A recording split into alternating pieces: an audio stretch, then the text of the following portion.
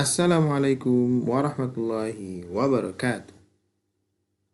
Alhamdulillah, Allahumma salli wa sallim ala Sayyidina Muhammad wa ala ali Sayyidina Muhammad, amma ba'du. A'udzu billahi minasyaitonir rajim. Bismillahirrahmanirrahim. Kana an-nasu ummatan wahidah wa ba'atsallahu an-nabiyyina mubasysyirin wa mundzirin وأنزل معهم الكتاب بالحق ليحكم بين الناس فيما اختلفوا فيه. Al-ayat Sadaqallahul Azim. Anak-anakku sekalian yang Ustaz cintai dan Ustaz banggakan, hari ini kita belajar kembali tentang mengenal kitab-kitab Allah. Ayat yang Ustaz baca tadi artinya adalah manusia itu dahulunya satu umat, kemudian Allah mengutus para nabi kepada mereka untuk menyampaikan kabar gembira dan peringatan, dan diturunkan bersama dengan para nabi tersebut kitab-kitab Allah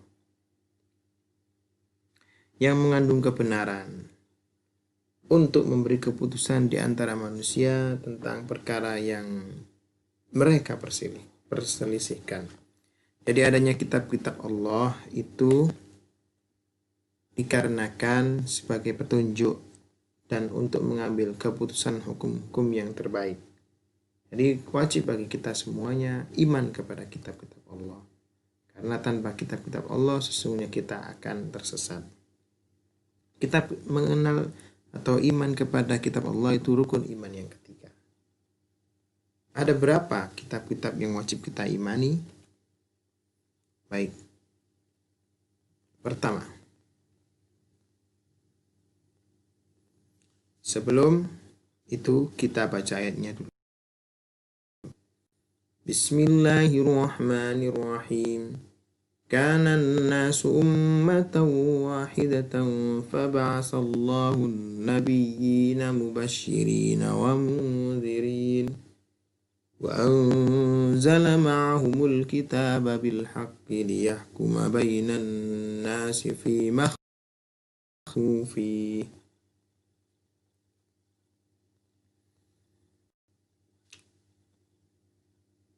Adanya kitab-kitab Allah itu adalah tentang kebenaran. Jadi kitab-kitab Allah itu mengembalikan kita kepada jalur yang benar, di mana sejatinya manusia itu tersesat, namun kecuali bagi orang-orang yang mengikuti petunjuk dari Allah.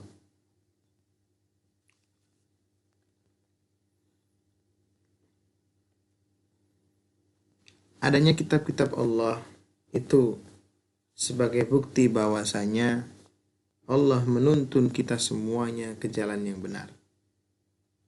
Namun akhir-akhir ini kita mengetahui banyak sekali yang mulai meninggalkan kitab Allah.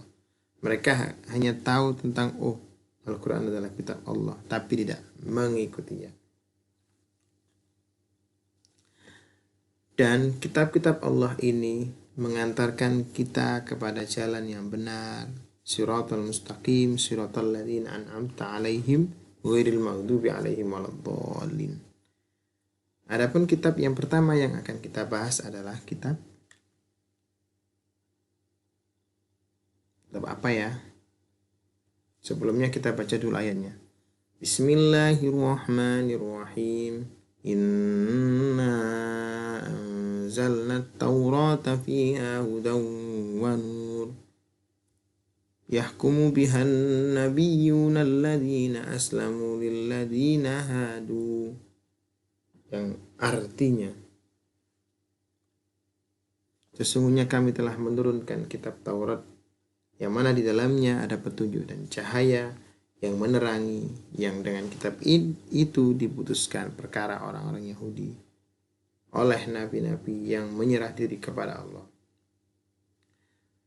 Kitab Taurat adalah kitab yang telah diturunkan kepada Nabi Musa untuk orang-orang Yahudi, berisikan hikmah dan hukum.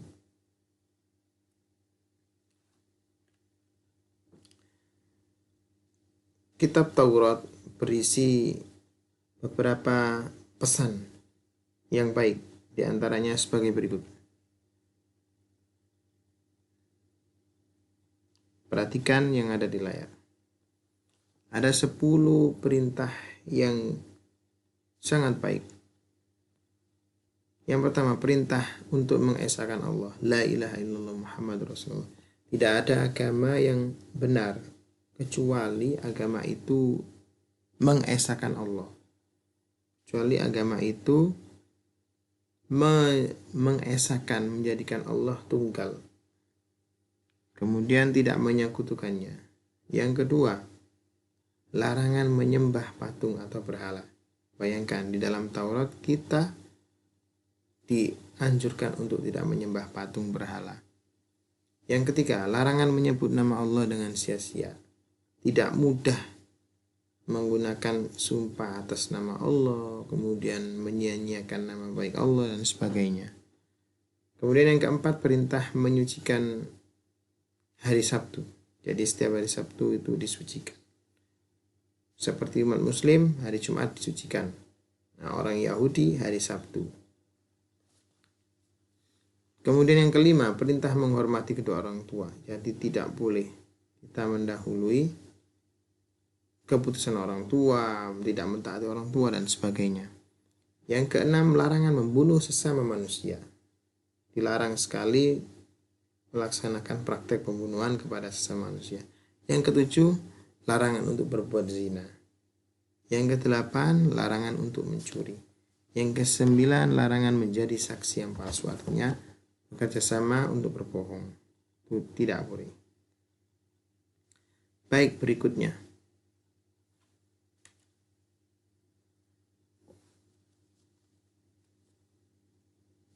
Bismillahirrahmanirrahim. ولقد فضلنا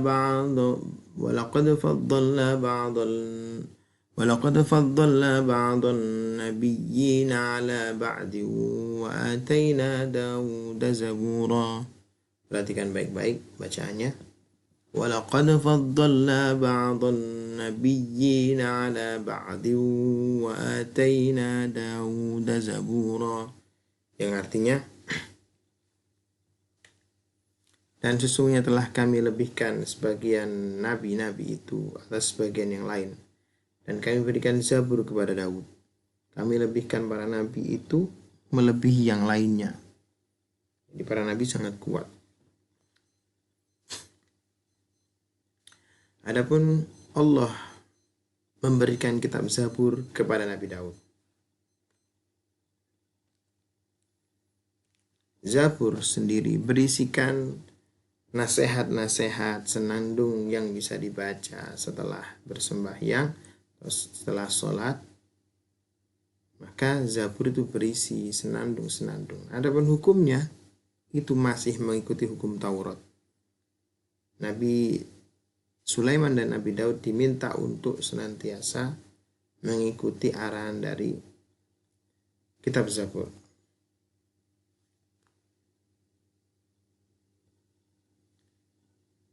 Kitab Taurat berisikan hukum-hukum yang diterapkan sampai pada zamannya Nabi Daud dan Nabi Sulaiman.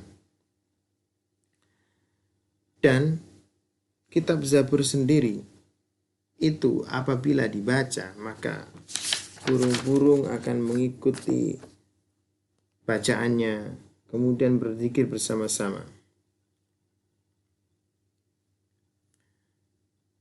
Nah, kitab Zabur tidaklah seperti kitab Taurat yang berisikan hukum-hukum, dan apabila dilanggar maka akan didatangkan azab oleh Allah sebagaimana kitab Taurat. Kitab Zabur berisikan dakwah dengan nasihat, tutur kata yang baik, dan berisikan senandung-senandung yang menenangkan hati. Sekarang kita belajar tentang kitab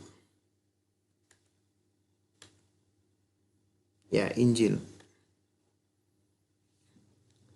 Bismillahirrahmanirrahim.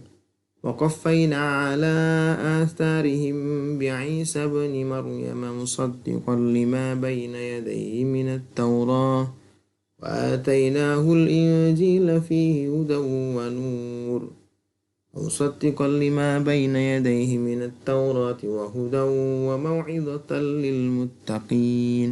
Dan kami iringkan jejak mereka Nabi Bani Israel dengan Isa putra Maryam, membenarkan kitab sebelumnya yaitu Taurat, dan kami telah memberikan kepadanya kitab Injil. Jadi Nabi Isa diberi kitab Injil yang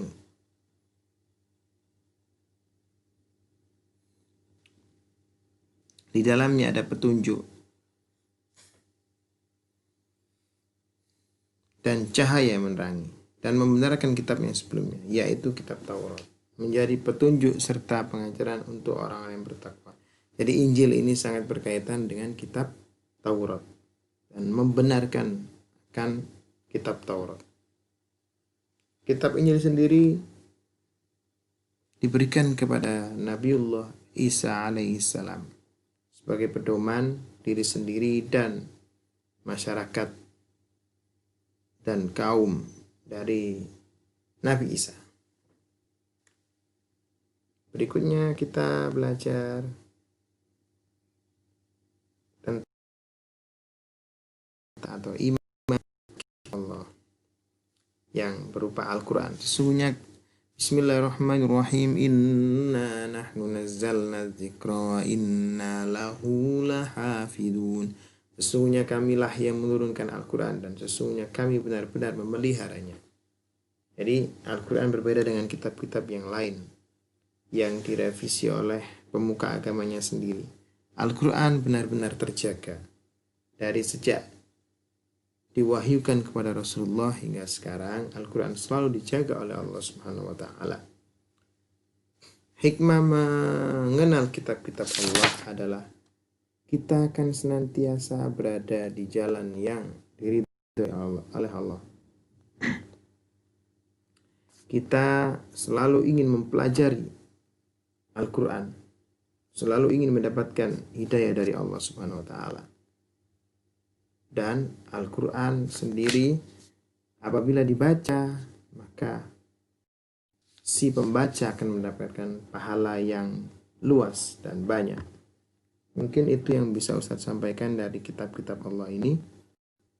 Untuk selebihnya, maka Ustadz akan memberikan tugas kepada kalian. Semoga kalian mengerjakannya dan segera melakukannya. Terima kasih. Assalamualaikum warahmatullahi wabarakatuh.